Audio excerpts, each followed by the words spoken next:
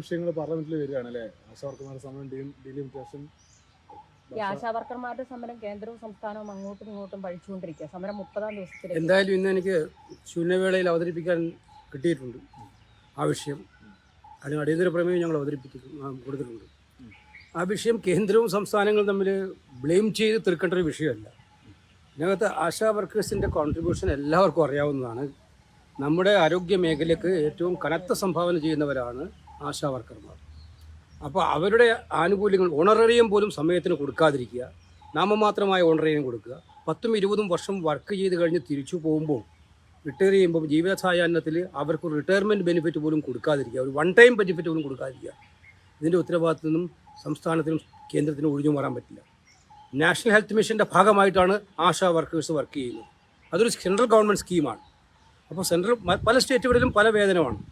ഇത് central government ഈ കാര്യത്തിൽ ഒരു യൂണിഫോം വേതനം ഓണറേറിയം ഉണ്ടാക്കണം, റിട്ടയർമെൻറ്റ് ബെനിഫിറ്റ് കൊടുക്കാനുള്ള നടപടി ഉണ്ടാക്കണം. അത് സ്റ്റേറ്റിൽ എത്ര ഷെയർ വേണം, സെൻട്രൽ എത്ര ഷെയർ വേണം, സ്റ്റേറ്റും സെൻട്രലും കൂടെ തീരുമാനിക്കണം.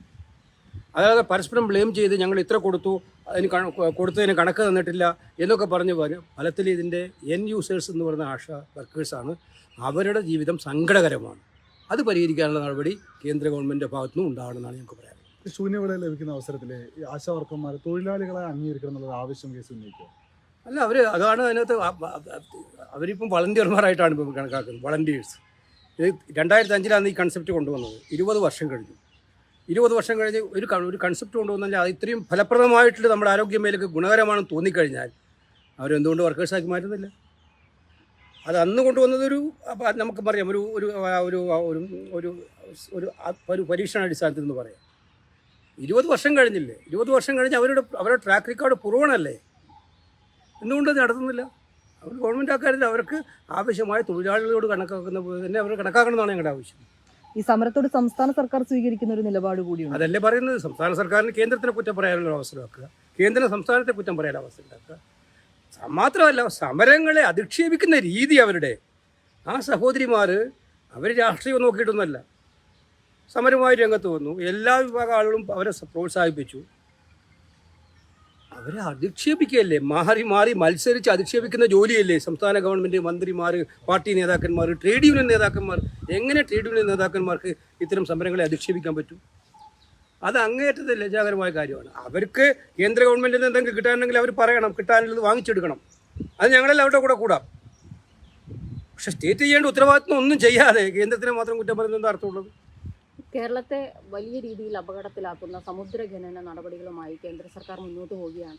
അത് ദോഷം ചെയ്യുന്നതാണ് എന്ന് പഠനങ്ങളിൽ വ്യക്തമായാൽ കരാർ നടപടികൾ റദ്ദാക്കുമെന്നുള്ളതാണ് പറയുന്നത്. അങ്ങനെ എന്തു കാര്യം ഇത്? ഞാൻ ചോദിക്കുന്നത്, ചെരുപ്പിനനുസരിച്ചിട്ട് കാല് മുറിക്കുകയാണോ വേണ്ടത്, അല്ല കാലിനനുസരിച്ചുള്ള ചെരുപ്പ് വാങ്ങിക്കുകയാണോ വേണ്ടത്? ഇവിടെ ഏറ്റവും സെൻസിറ്റീവായ വിഷയം കടലിനെ സംബന്ധിച്ചിടത്തോളം മത്സ്യസമ്പത്ത് കുറഞ്ഞുകൊണ്ടിരിക്കുകയാണ്. എല്ലാ പഠനങ്ങളും തെളിയിച്ചുകൊണ്ടിരിക്കുകയാണ്. എന്ത് കാരണം, എന്ത് ന്യായീകരണം? ഇനി ഞങ്ങൾ പറഞ്ഞത് എത്രയല്ലേ ഉള്ളൂ, നിങ്ങളൊരു പരിസ്ഥിതി ആഘാത പഠനം നടത്ത്. സുതാര്യമായിട്ടുള്ള, ട്രാൻസ്പെറൻ്റ് ആയിട്ടുള്ള, ഓണസ്റ്റായിട്ട് ചെയ്യാവുന്ന നല്ല ഏജൻസികളുണ്ടല്ലോ രാജ്യത്ത്. അന്താരാഷ്ട്ര തലത്തിൽ പ്രവർത്തിക്കുന്ന ഏജൻസികളുണ്ട്. അവരെ വെച്ച് ഒരു എൻവിറോൺമെൻറ്റൽ ഇമ്പാക്ട് സ്റ്റഡി നടത്തിയിട്ട് അനുകൂലമാണെങ്കിൽ ആ മേഖലയിലേക്ക് ഖനനത്തിന് പോകുന്നതിന് എന്താ നിങ്ങൾക്ക് ബുദ്ധിമുട്ട്? കേവലം 6-7 മാസം കാത്തിരിക്കുന്നത് എന്താ ബുദ്ധിമുട്ട്? അപ്പോൾ ഖനനം നടത്തുന്ന കമ്പനിയോട് തന്നെ പറയുക, ഇത് ഗൂഢ ഉദ്ദേശമാണ്, കടൽ കൊള്ളയാണ് ഇതിൻ്റെ മേലുള്ള ലക്ഷ്യം. അത് മാത്രമല്ല, കരിമണൽ ഖനനത്തോടെ കൊള്ളയാണ് ഇതിൻ്റെ ഉദ്ദേശം. അതിനു വേണ്ടിയിട്ട് പാവപ്പെട്ട മത്സ്യത്തൊഴിലാളിയെയും കടലമ്മയെയും ബലിയാക്കാനാണ് ശ്രമിക്കുന്നത്. അതിനനുകൂലിക്കില്ല. അതും പാർലമെൻറ്റിൽ വലിയ ശബ്ദത്തോടെ ഉന്നയിക്കും. ഞാനൊരു കോളിംഗ് അറ്റൻഷൻ നോട്ടീസ് അതിന് കൊടുക്കാൻ ഉദ്ദേശിച്ചിട്ടുണ്ട്.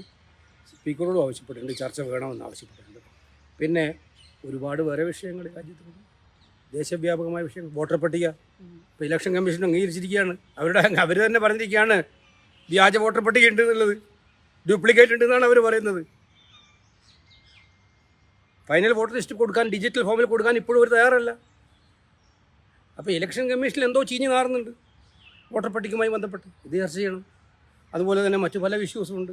ആ ഇഷ്യൂസൊക്കെ തന്നെ ഇപ്പം ഏറ്റവും ഒടുവിൽ അമേരിക്കൻ പ്രസിഡൻറ്റിൻ്റെ വ്യാപാര കരാറിന് പ്രസിഡന്റ് പറഞ്ഞിട്ടാണ് നമ്മൾ അറിയുന്നത് ഇന്ത്യയുടെ കണ്ടീഷൻ എന്തൊക്കെയാണെന്ന്.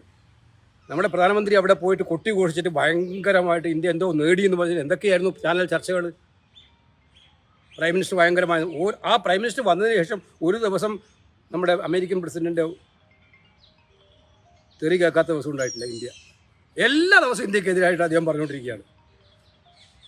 അപ്പോൾ ഇതൊക്കെ ചർച്ച ചെയ്യണം പാർലമെന്റ്. ഈ വിഷയങ്ങളെല്ലാം പ്രതിപക്ഷം ഇന്ന് പാർലമെന്റിൽ ശക്തമായി ഉന്നയിക്കാനിരിക്കുമ്പോൾ ഭൂപേഷ് ബഗലിന്റെ വസതിയിൽ അതാണ് പറഞ്ഞത്. അതെ, ഈ ജനകീയമായിട്ട് ഇത്തരം വിഷയങ്ങൾ വരുമ്പോൾ അതിനെ മറികടക്കാൻ വേണ്ടി എന്തെങ്കിലുമൊക്കെ കൊണ്ടവർ വരും എന്നറിയാം. കഴിഞ്ഞ പ്രാവശ്യം അങ്ങനെ ഉണ്ടാവും. അവരതിന് പലതിനും ഉപയോഗിക്കും. അവരല്ലേ ഭരിക്കുന്നത്, അവരെന്തിനാ കൊണ്ടുവരുന്നത്? അവർ അന്വേഷിച്ചോട്ടല്ലേ. അവരന്വേഷിച്ച് കാണും. ഇപ്പോൾ ആരെയും തടസ്സപ്പെടുന്നുണ്ടോ? ഛത്തീസ്ഗഡും അവരാ ഭരിക്കുന്നത്, കേന്ദ്രവും അവരാ ഭരിക്കുന്നത്. നടപടി എടുക്കണം. അതിനകത്ത് ആരാ എതിർക്കുന്നുണ്ടോ? അവരാരും എതിർക്കുമോ? ഇതൊന്നുമില്ല. ഇത് ഡിസ്ട്രാക്ട് ചെയ്യാൻ വേണ്ടിയിട്ടാണ്. ഇത്തരം ജനകീയ വിഷയങ്ങൾ വരുമ്പോൾ ആ വിഷയങ്ങൾ സഭയിൽ ചർച്ച ചെയ്യപ്പെടാൻ പാടില്ല എന്നുള്ളത് കൊണ്ടാണ്. കഴിഞ്ഞ പ്രാവശ്യം ഇത് തന്നെയാണ്. അതൊന്നും ഞങ്ങൾ ഈ പ്രാവശ്യം ശക്തമായിട്ട് ഒറ്റക്കെട്ടായിട്ടാണോ പാർലമെന്റിലുള്ളത്? അല്ല, തീർച്ചയായിട്ടും ഞങ്ങൾ എല്ലാ കാര്യങ്ങളും ആലോചിച്ചിട്ടാണ് ചെയ്യാറുള്ളൂ. പരസ്പരം ആലോചിച്ചിട്ടാണ് ചെയ്യാറുള്ളൂ. കോൺഗ്രസ് പാർട്ടിക്കകത്ത് BJPയുടെ സ്ലീപ്പർ സെല്ലുകളുണ്ട്, അവരെ പുറത്താക്കുമെന്ന് വളരെ ഗൗരവതരമായിട്ടുള്ള ഒരു പ്രസ്താവന രാഹുൽ ഗാന്ധി നടത്തിയിരിക്കുകയാണ്. ഇതിന് പിന്നാലെ ഉയരുന്ന മറ്റൊരു കാര്യം മറ്റു സംസ്ഥാനങ്ങളിലും സമാനമായിട്ടുള്ള സ്ഥിതി ഉണ്ട് എന്നുള്ളതാണ്. അല്ല, അങ്ങനെയല്ല. ഇപ്പോൾ ഗുജറാത്തിലെ പാർട്ടി പ്രവർത്തകരുമായിട്ട് രാഹുൽ ഗാന്ധി ആശയവിനിമയം നടത്തുകയുണ്ടായി. അത് പൊളിറ്റിക്കൽ അഫയേഴ്സ് കമ്മിറ്റിയുടെ സീനിയർ നേതാക്കന്മാർ, DCC പ്രസിഡൻസ്, ബ്ലോക്ക് പ്രസിഡന്റ്, സാധാരണ പ്രവർത്തകർ, ഈ ഘട്ടങ്ങളിലായിട്ട് 2 ദിവസം നടന്ന നീണ്ട ചർച്ചകളിൽ രാഹുൽ ഗാന്ധി അവർ പറയുന്നത് കേൾക്കുകയായിരുന്നു ചെയ്തത്. പുള്ളി അങ്ങോട്ട് പ്രസംഗിക്കുന്നതിന് പകരം അവസാനം മാത്രമാണ് അദ്ദേഹം പ്രസംഗിച്ചത്.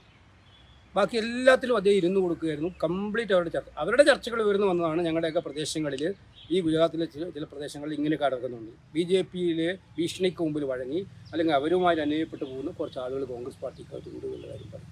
അപ്പോൾ അത്തരം ആളുകൾക്ക് പാർട്ടി സ്ഥാനം ഉണ്ടാകില്ല എന്നുള്ളത് അസന്നിഗ്ധമായിട്ട് രാഹുൽ ഗാന്ധി അവിടെ നിന്ന് പറഞ്ഞാണ്. ഞങ്ങളുടെ നിലപാടും അതാണ്. അങ്ങനെ BJPക്ക് സഹായിക്കാൻ ആരെങ്കിലും തയ്യാറായി വന്നാൽ അത്തരക്കാരെ വെച്ചു കുറിപ്പിക്കുന്ന പ്രശ്നമില്ല. ഗുജറാത്തിനപ്പുറത്തേക്ക് മറ്റ് സംസ്ഥാനങ്ങളിൽ അത് എല്ലാത്തിനും ബാധകമാണല്ലോ.